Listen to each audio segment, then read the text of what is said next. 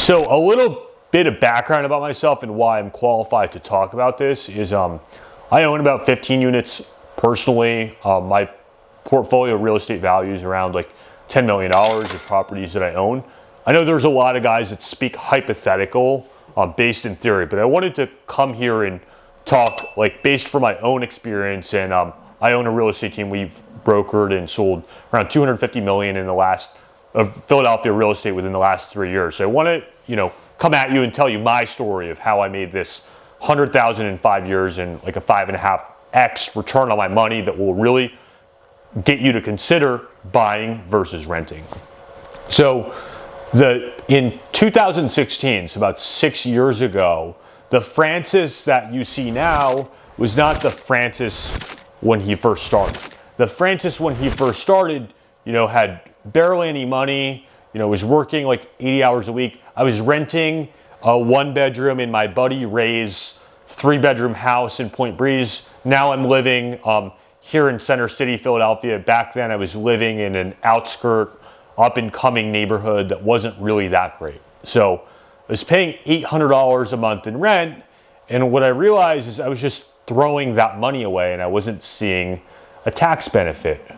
I also saw that, my wealthiest clients own real estate, and every single month they got a passive income and a check from the tenants.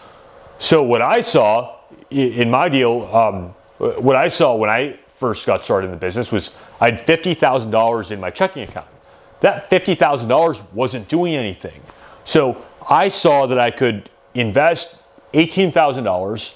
I can go buy a house, 3 or 5% down. I could get the seller to pay for 3% of the closing costs, so it's less money out of pocket for me. And I could own this $350,000 asset that's undervalued in comparison to the market because Philadelphia is on an upward trajectory. Now let's look at the financials. So the house was $350,000. You can buy that house 3% down if it's your first loan. So that's about 10 grand out of pocket. And then for new construction house, the closing costs will be about 4% of the house. So that's another $12,000. I got the seller to pay some of the closing costs. So my total out of pocket to buy this house is $18,000. $18,000 was the check that I wrote to the title company. The bank gave the rest of the money to the seller. So out of that $18,000 investment, I saw, hey, the fair market value rent of this house is $2,500. My monthly mortgage payment is about $1,900 a month. So every single month I'm cash flowing around $600 a month. And so $600 a month times 12 is around, let's say like $9 grand a year. And so on that $9 grand a year, I'm making a 50% return on my money in just cash flow. So for me, that made a lot of sense because my bank was making, I was making $0 in the bank. And one of my favorite parts about owning real estate, especially if you buy below market and you buy in an area that's appreciating, is the appreciation of the property. So, my property appreciated. I ended up selling this place for $420,000. So when I sold this property, in 2021 in October, just 5 years later, my net to me was around $97,000, which is basically like 100 grand because I was profiting around $6,000 or $7,000 a year in annual cash flow. So just what a phenomenal investment. I just made 5.5x on my money, and I basically doubled that money every single year. So when you look at that, what better reason to buy when, if I would have been renting, I would have just been throwing money away every single year, every single month. It's just money that I'm literally dumping in the garbage. So I have 3 strategies to buying your first house that you guys will all see a lot of value in. And these are all strategies that I've implemented myself. Number 1, when you're buying in a new construction development, let's say it's a 5 or a 10 or a 20 or a 25 unit development, the developer will have incentives to go sell a few houses that could be because the bank won't fund the rest of their construction draw without some sort of sales that the developer can give the bank. Essentially, the developer will give the first couple buyers and the number one buyer typically the best deal in the market.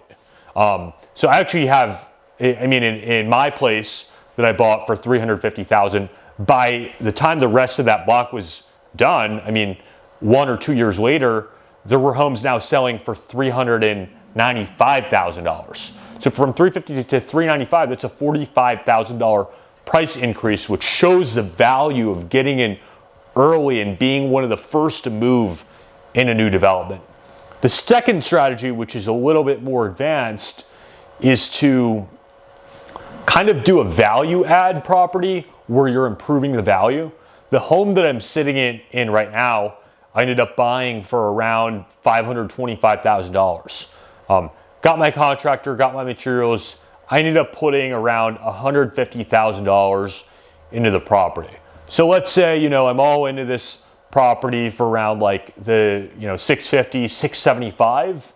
When this property was completely done, the property is now worth $900,000. So get this, even if the market goes down $100,000, that would bring the market value from 900 to 800,000. I mean, if the market takes a shit, I'm still completely fine because I added value to the property. I did not buy the property retail. And so, you know, if you're well capitalized, well leveraged, and you're knowledgeable, I think that is a really great opportunity to, you know, own your home also. The final piece of advice and the final, you know, idea to the buy versus rent strategy is purchasing a home in a market with an upward trajectory. I'll give you an example. So summer of 2020, I ended up buying a place in Boca Raton, and I was just gonna, you know, swap out like all the grandma finishes in the house and put in, you know, new high-end finishes. And what's crazy about that market is on an upward trajectory. People want to move to Florida because it has, you know, great tax benefits. I think the schools are great, wonderful climate. I mean, just awesome place to be year round. So what's crazy is when I first was projecting the out sale of this house, I projected that the house would be worth, you know, $650,000. And just from the appreciation in the normal market, like that house, like after I've done my renovation, it's now worth around $900,000. So just getting in markets that have an upward trajectory and have a lot of demand and buying the right deal, you can really set yourself up to put yourself in a phenomenal financial position. So to summarize, I think buying versus renting, when taking a look at the investment, in most cases is a way better overall ROI. I'm not even talking about the tax benefits in this video, which I can chat on in another video. If there's anything that I missed or any questions or anything that you guys would like, please write it down in the comments below. And I'm gonna personally respond to those. And if you thought that this video added value, then like and subscribe to my channel. I intend on putting a lot more of this content out and basically to help everyone grow and help everyone's net worth growing through real estate, because I believe it's one of the best asset classes out there to put money in. And what I like is it's a hard asset. You can touch, you can feel this thing, you can look at it every day, you can live in it. You have tenants that are, you know, I mean, in this place, the fair market value rent is $5,000 a month. So I'm looking forward to helping more people making better educated quality decisions on their real estate investment, because I just think a lot of people are totally uninformed.